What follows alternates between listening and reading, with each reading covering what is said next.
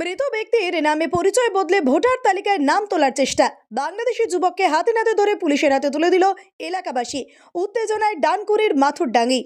অবিশ্বাস্য কিন্তু সত্যি, মৃত ব্যক্তির গণনা ফর্ম ব্যবহার করে ভোটার লিস্টে নিজের নাম তুলতে গিয়ে ধরা পড়ল এক বাংলাদেশি যুবক।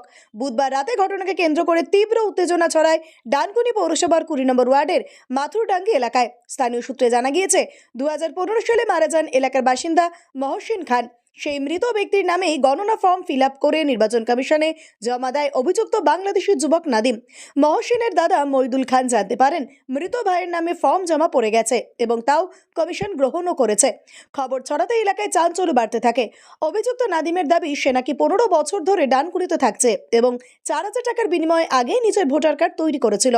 এবার এসআইআর প্রক্রিয়ার সময় মৃত মহসিনের গণনা ফর্ম নাকি টাকা দিয়ে জোগাড় করে নিজের ছবি লাগিয়ে ফর্ম জমা দেয়। ঘটনা জানাজানি হতেই এলাকাবাসীরা নাদিমকে আটক করে রাখেন। খবর পেয়ে ডানকুনি থানার পুলিশ ঘটনাস্থলে পৌঁছে অভিযুক্তকে থানায় নিয়ে যায়। পুলিশ সূত্রে জানা গিয়েছে, নথি জালিয়াতির অভিযোগে নাদিমকে গ্রেপ্তার করা হয়েছে। মৃত ব্যক্তির পরিচয় ব্যবহার করে কিভাবে ভোটার তালিকায় নতুন করে নাম তুলতে চেয়েছিল, এ কাজে কে বা কারা যুক্ত, সেই সব বিষয়ে খতিয়ে দেখে নাদিমকে জিজ্ঞাসাবাদ শুরু করেছে ডানকুনি থানার পুলিশ। মাথুরডাঙ্গি এলাকায় এখন একটাই প্রশ্ন, নির্বাচনের পরিচয়ে জালিয়াতির এই চক্র কতটা বড় আর কারা আড়ালে লুকিয়ে আছে। দেখুন, ডানকুনি এবং ডানকুনির চারপাশে আমরা বারবার বলে এসেছি, ভারতীয় জনতা পার্টি বারবার বলে এসছে, শুধু আজকে থেকে নয়, আজকে এসআইআর হচ্ছে, এর আগেও বলে এসেছি আমরা যে বাংলাদেশি অনুপ্রবেশকারী ভর্তি হয়ে যাচ্ছে, কিন্তু তখন কেউ ভ্রুক্ষেপ করেনি, প্রশাসন দ্বারা কারোর নজর দেওয়ার সময় পায়নি। আজকে এসআইআর হওয়ার ফলে এগুলো ধরা পড়ছে আস্তে আস্তে। আর এই নাদিম নামে যাকে ধরা হয়েছে, অত্যন্ত নিন্দনীয় ঘটনা যে মৃত ভোটারের এসআইআর ফর্ম নিয়েও, তার ভোটার কার্ড নিয়েও এখন একরকম জালিয়াতি চলছে। এটা সারা পশ্চিমবঙ্গে চলছে, ডানকুনি তার ব্যতিক্রম নয়।